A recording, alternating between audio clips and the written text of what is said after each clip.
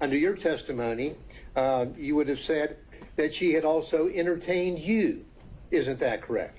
Yes.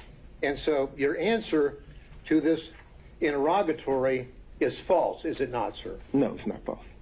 Well, hate to dance around the. The answer is yes, you did entertain Miss Willis, correct? Right? Yes.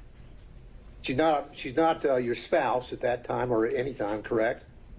That's correct. She's not related to you by blood or marriage, correct? That's correct. But you entertained her, right? Yes. And during the course from your marriage, the period of time up to the present, so the answer would have been, yes, I did entertain somebody, correct? During the course of the marriage, no. Mr. Wade. Mr. Gillen, I think we've made our point. I think it speaks for itself, and we can save that for argument. I'll just follow up with one quick question. Do you understand what the word present means? Your Honor, that's been asked of us. I think we did cover that already as well. Okay. Now, what has happened from the time that you filed this court document in May of 2023, let's go over some of the things that you had been involved in terms of being entertained or entertaining. Prior to your filing on the answer on the interrogatories on May the 30th, 2023, we've already established, have we not, that you had paid for a Royal Caribbean cruise to the Bahamas with Miss Willis, correct? Yes, sir, with Miss Willis and my mother. Well, your mother's not part of this interrogatory. I'm talking about Miss Willis, okay? So you paid and caused to be paid approximately $3,335 on that trip, Bahamas trip, from October the 28th through October the 31st, correct? Your Honor, objection. I think we've touched this ground several times already. Mr. Gillen, let's cover new ground. Well, I'm just trying to establish with specificity the things that he had done to entertain or be entertained prior to May the 30th, 2023. I'll try to move through it quickly. Sure. Well, that's already part of the record in terms of his prior testimony, and so if you want to link those two things together, you can do that during argument. Well, so let me discuss this. You indicated that during the course of your explanation concerning the Belize trip, that Miss Willis paid you all that money back in cash. Remember? Yes, sir. Now, the Belize trip had just happened, hadn't it? That occurred in March 18th, 2023, right? Yes, sir. So you're filing this maybe 2 months after you have gone to Belize with Miss Willis, correct? Your Honor, again, I believe all of this is our. I think you might be getting somewhere new. We'll see. All right. Yes, sir. So we've got the trip in. We've got the trip in to Belize on March the 18th, 2023. You and Miss Willis, correct? Yes, sir. Now, 2 months later, you file the interrogatories that speak for themselves that we've gone over a few minutes ago, correct? Yes, sir. Now, the March the 18th, 2023, to state the obvious, is before May the 30th, 2023. Will you agree with me on that? I do. Okay.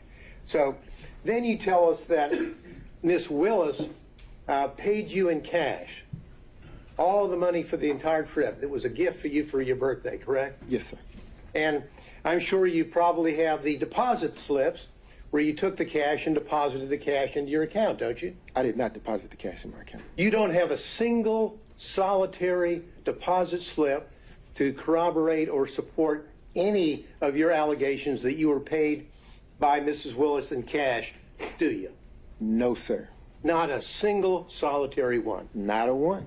Now, when Miss Willis would pay you in cash, would you scamper down to the ATM with her and as she drew money out of her account Your to Honor. pay you these thousands of dollars? Mr. Gillen might scamper, but there's been no evidence that Mr. Wade does. I object to the phrasing, the argumentative nature of the question. All right. On that issue, overruled. Did you and Miss Wade scamper down to the ATM machine and have her draw out, for example, on the Belize trip, just on your payment would have been $2,794? Miss, wait. For clarity, yeah, thank you. Pardon me? Miss Wade and I didn't go to Belize. No, excuse me, Miss Willis, I'm sorry.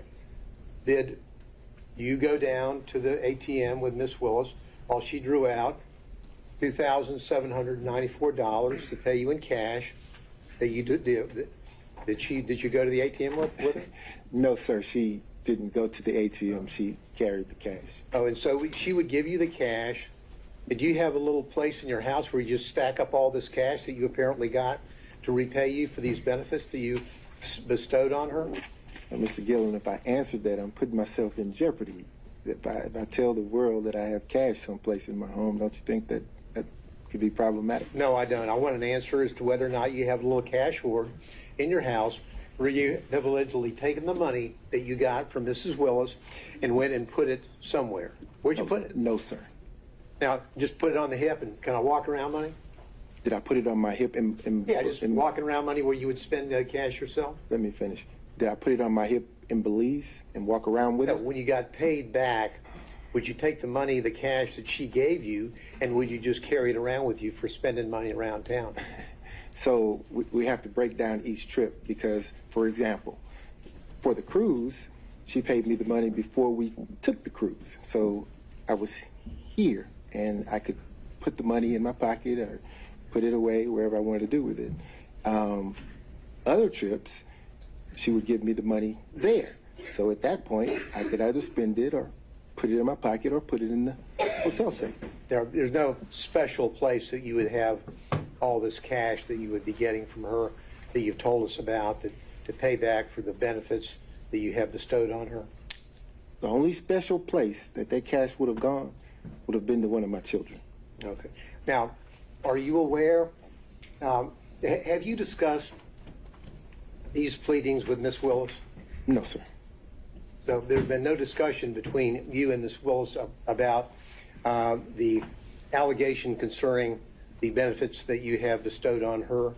Is that correct? Actually, the phrasing that these benefits bestowed upon her, I don't believe that's an accurate reflection of the testimony, and I don't think that's appropriate. I think overruled. You can answer the question. Okay. When you said proceedings, are you talking about the divorce proceedings? Because we were talking about the interrogatories. To that No. question, the answer is no. If you're at, go ahead. I'm sorry. Go ahead with your answer. I'll hear the complete answer, then I'll follow up. Okay. If you're asking me about this hearing, the proceedings of this hearing, have we discussed the financial piece based upon Mr. Roman's motion? Yes. So you have discussed the financial piece. Where did that discussion take place? Conference room. Were you other people there, or were you and Ms. Willis discussing this about what your position was going to be? The relevance of this. Well, Mr. Gillen? and the relevance has to do with suddenly we have a declaration from Mr. Wade in this case where he says roughly equal and then shows one alleged payment by Ms. Willis. No mention of cash, none. So I need to find out a little bit more about how suddenly we have this revelation about cash from the witness stand today. All right. Overruled. So we part company there when you say no mention of cash. If I provided one receipt that didn't amount to what you would think was roughly equal, the rest of it is cash. Well, did you in your declaration, sir, that was filed in this case,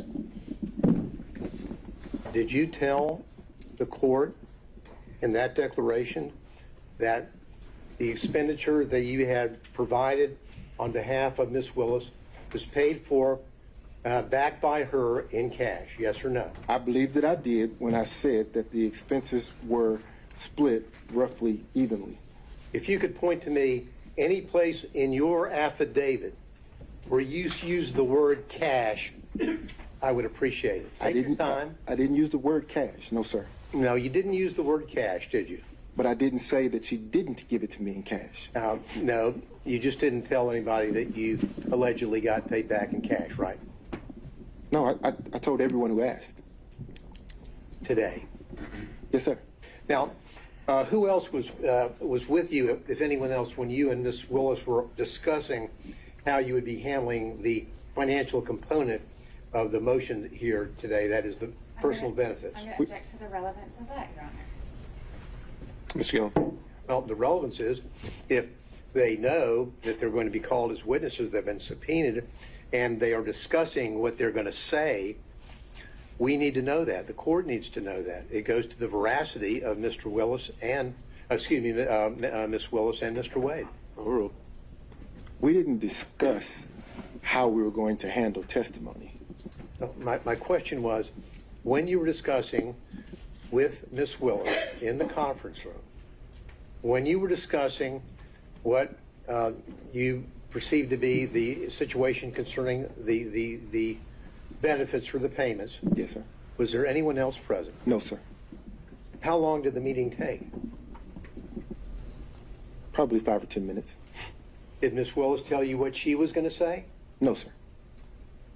Did you ask her whether she had any bank withdrawals that would corroborate the assertion that she would pay you back in large sums of cash for these trips to the Caribbean, Belize, California, on and on and on? Your Honor, again, I object. The proffer, when the last relevance objection was made, was that Mr. Gillen needed to know who else was there. These could be potential witnesses that he could cross-examine. That question has been answered, so I can object. Okay. I think it's still exploring possible bias or motive to shape his testimony, so overrule on that ground. Thank you. Now, Mr. Willis, Mr. Wade, when you were having this discussion, did you ask Ms. Willis, do you have anything to support these cash withdrawals? No, sir. Did you ask her where she got the cash? Here, this is the conversation. I produced my credit card statement that showed what Ms. Merchant in her filing was representing. That was the conversation. Okay. So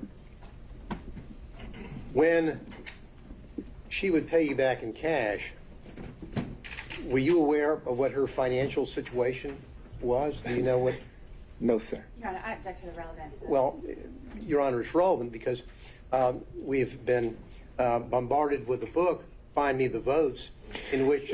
What's at issue is the financial benefit, and if that plays a material interest in an actual conflict of interest, so I think that's relevant. Thank you. Now, have you read the book, Find Me the Votes? I have. You have? I have. Okay. Now, in that book, Ms. Willis is telling the authors about how financially destitute she was, or kind of hitting down on the bottom as she was running for DA. Do you remember that part of the book? So let me qualify the response. I've read the book in parts. I hadn't had the time to sit and read the book in its entirety. Did you read that part about how she's telling the authors about how little money she had and how financially she was in bad shape prior to when she was running? Did you read that part? No, sir. Did you ever have discussions with Ms. Willis about her financial situation, which was apparently in rough shape prior to her being elected DA? No, sir. Ms. Willis made it clear that her financial business was just that. It was her business. I know nothing about her financial status. I know nothing about how she was faring before or after the election, or even now. I know nothing about her finances. Telling us that she didn't share that with you, but chose to share it with the authors of a book that's been published and printed and sold nationally. I think that's a fair question for Cross. I don't know that she shared it with the author. I don't know that the author was telling the truth. I don't know the author, so I don't know, sir. Okay. Now, did you give an interview to the authors of that book? I've given no interviews, sir. So you haven't talked to them at all, correct? I haven't talked to any media. All right. None. Now, as it relates to the... I'd like to, though. As it relates to, again, from your bank records that you're aware of, there'll be no cash deposits, right? I didn't say that. Are there cash deposits which line up with the money that you have allegedly received from Ms. Willis to, quote, pay you back for her part of the trips? So here's the thing. In my bank records, you will see cash deposits. You will see check deposits. I can't say that you look through the bank records and you won't see cash deposits, because I have two sources of income, sir. Income comes from my private practice, my firm, and income comes from the contract here with Fulton County. During the course of private practice, occasionally I will have occasion to deposit cash into my account. And in preparation for this hearing and your testimony, did you go through your bank records to find out if you could locate any cash deposits that would corroborate your testimony? No, sir, I didn't go through my bank records at all. Now, so what you would do, the money that you received, of course, the money that you received from your work for Fulton County, that's public funds, correct? No, sir, that's private funds. It's my Public funds pay you to do work for Fulton County, correct? Tell me what the definition of a public fund is. A public fund would be funds, as in not fund, but funds, money. Public money, as in money from taxpayers, either in Fulton County or the state of Georgia, pay you to do the work that you're doing here in this case, yes or no? One or the other, I'm certain. Do you know which is one? the case. I don't know which one, no, sir. Now, you would take those public funds, and those public funds were then used, deposited in your account, and they were then used to pay on the credit cards for the trips that you would take with Ms. Willis, correct? I object to the question insofar as the characterization of public funds. The witness didn't testify to that, and I don't believe there's been any evidence to that. Once it's paid to Mr. Wade, it's private funds. Well, the point of it is that you got All money. right, Mr. Gillen's rephrasing. Yeah, I'll read it. Let's break it down. You got money from Fulton County for the work that you do here, right? Yes, sir. You would send in invoices, they would pay you money, correct? Yes, sir. Those money, that the private money, that money was money from either the citizens of Fulton County or from the state of Georgia, correct? That's what I mean by public funds. Agreed? Well, I guess I'm having trouble with the notion that the citizens of Fulton County have paid me any funds. I'm not certain the funding source. I can tell you that either the state of Georgia or Fulton County has written me a check. So that would be, those two entities are public entities, correct? Yes. So that would be public funds, right? Right? Yeah. Yes. And those public funds are from the same source that you would then use to pay out on your expenses for the trips that you took Ms. Willis on, correct? No, sir.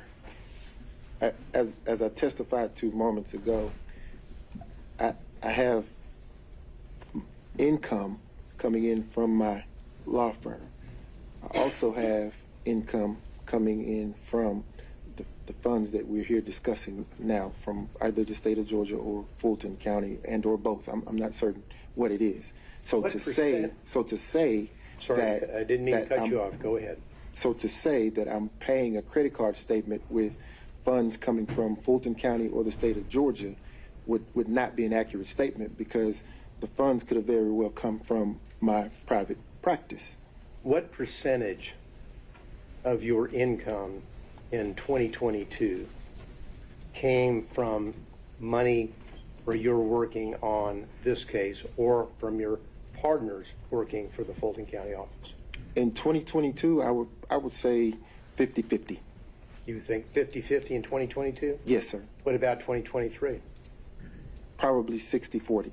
60-40. Yes, sir. So the money that would be in those accounts, at least 60% of those, in your view, would be public funds, that those monies were then used to pay for the expenses that you had incurred for the trips that you took Miss Willis on, the cruises, the Napa Valleys, the Bahamas, correct? Right? Yes,